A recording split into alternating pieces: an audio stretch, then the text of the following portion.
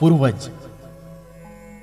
शाक्यांच्या राजधानीचे नाव कपिलवस्तू हे होते.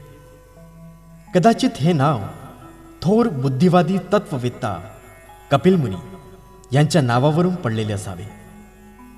कपिलवस्तूमध्ये जयसेन नावाचा एक शाक्य राहत होता. सिन्हू अर्थात सिंह हनू नावाचा त्याला एक मुलगा होता. सिंह हनूचा विवाह कच्चनाशी झाला होता.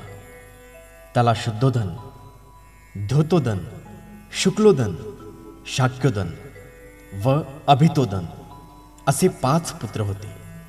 या 5 पुत्राशिवाय सिंह हनूला अमिता व प्रमिता या नावांच्या 2 कन्या होत्या.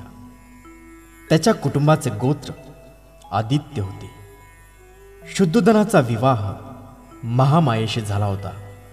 तिच्या पित्याचे नाव अज्जन व आईचे नाव सुलक्षणा असे होते. अज्जन हा कोलीय वंशातील होता. तो देवदह नावाच्या गावी राहत होता. शुद्धोदन हा मोठा योद्धा होता.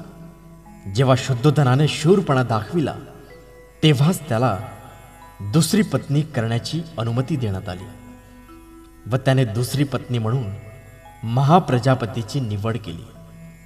ती महामायेची वडील बहीण होती. शुद्धोदन फार श्रीमंत होता.